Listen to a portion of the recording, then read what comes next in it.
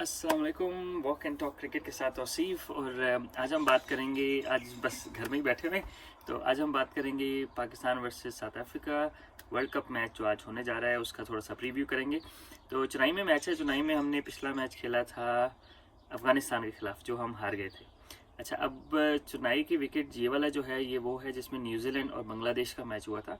वो पाकिस्तान अफ़गानिस्तान के मैच से थोड़ी सी तेज़ थी, तो उस सेंस में शायद उतना ज़्यादा ब्रेक ना मिले जितना पाकिस्तान अफगानिस्तान की फर्स्ट इनिंग्स में मिल रहा था।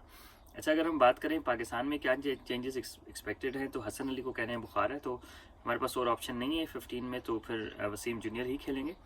और हो सकता है कि नवाज़ को खिला के हम एक्स्ट्रा स्पिनर खिला लें, ये भी हो सकता है। और फिर दूसरी जो है वो फ़खर जमान कह रहे हैं फ़िट है, और देयर इज़ अ चांस कि इमाम को शायद रेस्ट करा के उनको खिला लिया जाए।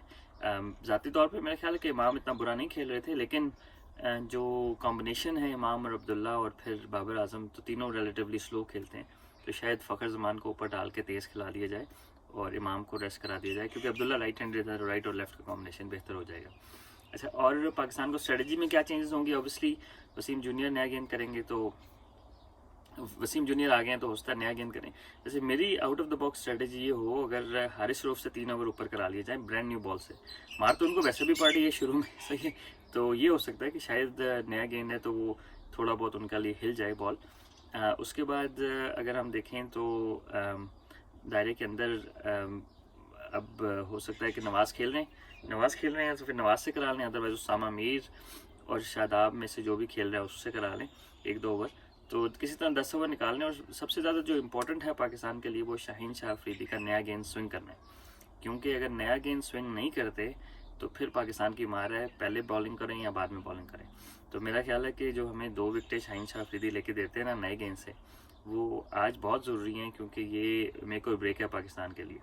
साउथ अफ्रीका ओवरऑल बहुत अच्छा खेलता आ रहा है, स्पेशली उन डेथ बैटिंग उनकी बहुत अच्छी है आखिरी 10 ओवर में, और पाकिस्तान की कोइंसिडेंटली डेथ बॉलिंग अच्छी है।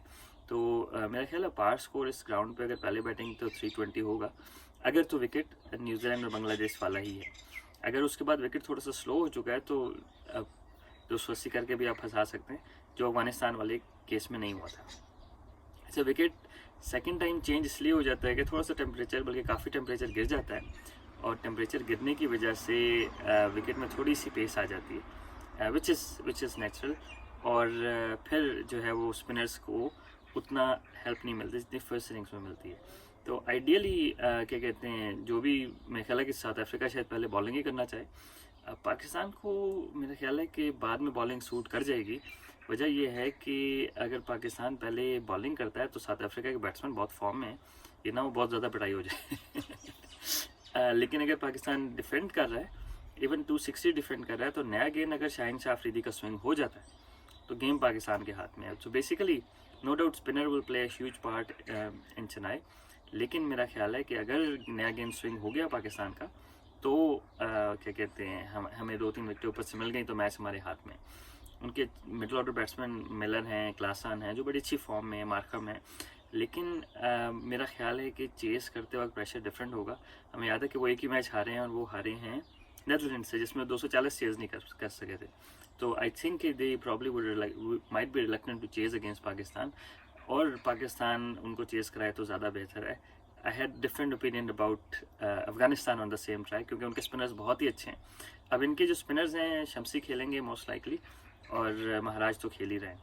तो शमसी अगेन चाइना मैन है, और हमारे बैट्समैन जो हैं वेरी बेस्ट बैट्समैन, रिजवान हो गया, बाबर हो गया, वो भी चाइना मैन को, रिस्ट स्पिनर को पिक ही नहीं कर पाते, विच इज़ अनफॉर्चुनेट, लेकिन this is how it is, you know. तो फिर इस दौरान न्यूज़ आई कि जी अफगानिस्तान मैच से पहले टीम में लड़ाई हुई, इमाम की, शाहीन शाह अफरीदी की शायद, और इफ्तिखार और रिजवान इन्वॉल्व थे, ये सब कुछ चल रहा था। फिर साथ ही पीसीबी ने कह दिया ऐसी कोई बात नहीं है, तो चोट के दाने में टीम का सही है।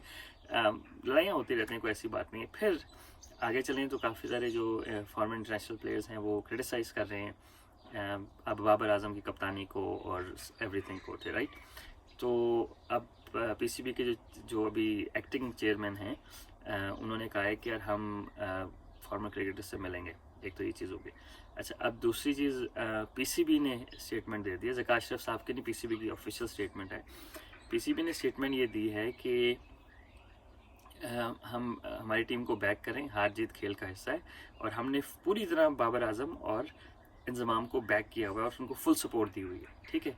हाँ, वर्ल्ड कप की परफॉर्मेंस की बेस पे हम फ्यूचर में डिसीजंस लेंगे। तो वेरी अनप्रोफेशनल फ्रॉम पीसीबी, ये इस तरह की बात आपको इतने इंपॉर्टेंट मैच से पहले नहीं करनी चाहिए थी। आई नो कि आपको प्रेशर है, लेकिन आप सारा मलबा बाबर आजम और इंजमाम पर तो ना डाल दें। आपके पास कोचिंग स्टाफ है, आपका पीसीबी के डिसीजन मेकर्स हैं, they all should be responsible, not just Babar Azam.